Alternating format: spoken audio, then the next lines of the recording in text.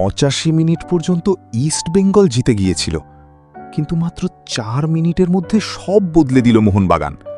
কলকাতা ডার্বিতে এমন নাটক শেষ কবে দেখেছেন? শেষ মুহূর্তের গোল, লাল কার্ড আর আইএসএল ট্রফির লড়াইয়ে নতুন টুইস্ট।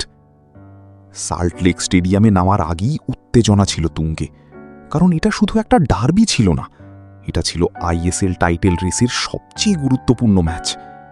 একদিকে সবুজ মেরুন ব্রিগেড, অন্যদিকে লাল হলুদের আগুন। স্টেডিয়ামে হাজার হাজার সমর্থক, আর সোশ্যাল মিডিয়ায় তখন থেকেই শুরু হয়ে গিয়েছিল যুদ্ধ। ম্যাচ শুরু হতেই দুই দল আক্রমণে ঝাঁপিয়ে পড়ে। মোহনবাগান বল পজিশন বেশি রাখলেও ইস্টবেঙ্গলের কাউন্টার অ্যাটাক ছিল ভয়ঙ্কর। দুই দলই কয়েকটা বড় সুযোগ পায়, কিন্তু গোল যেন কিছুতেই আসছিল না। একদিকে গ্যালারির চিৎকার, অন্যদিকে মাঠে বাড়ছিল চাপ আর উত্তেজনা।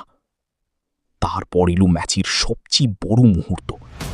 85 মিনিট পুরো মোহনবাগান ডিফেন্সকে চমকে দিয়ে গোল করে বসলেন এডমান্ড, আর সঙ্গে সঙ্গে লাল হলুদ গ্যালারিতে শুরু হয়ে যায় উন্মাদনা।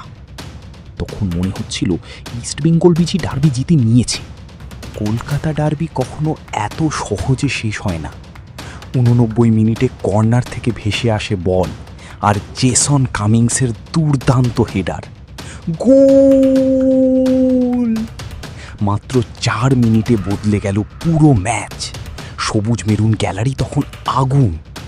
এরপর ম্যাচ আরও উত্তেজনাপূর্ণ হয়ে ওঠে।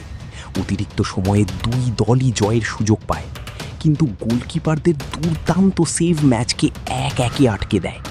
শেষ দিকে এডমন্ড লাল কার্ড দেখেন, আর তারপর রেফারির শেষ বাঁশি। এই ড্রয়ের ফলে আইএসএল টাইটেল রেস এখন আরও জমে গেল। কিন্তু একটা প্রশ্ন থেকেই যাচ্ছে, শেষ হাসি কে হাসবে, মোহনবাগান নাকি ইস্টবেঙ্গল?